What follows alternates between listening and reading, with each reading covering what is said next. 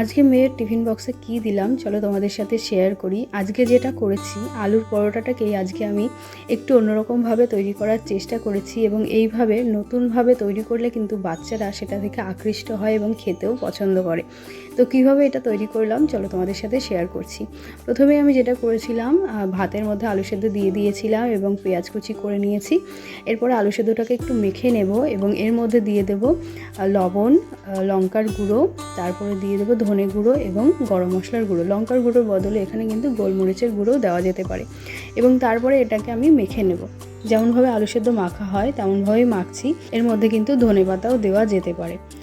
আর এটাকে মাখা হয়ে গেলে তারপরে আটা নিয়ে নেব। গতকালকে রুটি করেছিলাম, সেখান থেকে একটুখানি আটা রেখে দিয়েছিলাম, তো সেটা নিয়ে নিলাম। এরপরে এই আটার থেকে লেচি কেটে ছোট্ট ছোট্ট করে বেলে নেব। লুচি যেমন করে বেলি তেমনভাবেই বেললাম এবং তারপরে মাঝখানে এই সেদ্ধ আলুটাকে দিয়ে দেব, দিয়ে চারপাশ দিয়ে এটাকে মুড়ে দেব। যেমন করে আমরা মোগলাই পরোটা বানাই ঠিক তেমনভাবেই এটাকে আমি চারদিক দিয়ে মুড়ে দিলাম। এরপরে এটাকে আমি অল্প তেলে বা ঘিয়ের মধ্যে অথবা বাটারের মধ্যে ভেজে নেব, সেঁকে নেব। ডুবো তেলে কিন্তু এটাকে ভাজবো না, অল্প তেলে, বা আমি ঘি দিচ্ছি এখানে, তোমরা চাইলে তেলও দিতে পারো। তো সেইখানে দিয়ে ধীরে ধীরে বেশ খানিকটা সময় নিয়ে এটাকে সেঁকে নেব। তো দুপাশ যখন হয়ে যাবে তখন এটাকে নামিয়ে তারপরে টিফিন বক্সে সাজিয়ে দেব। আর তোমরাও কিন্তু এইভাবে তোমাদের বাচ্চাদের করে দিতে পারো।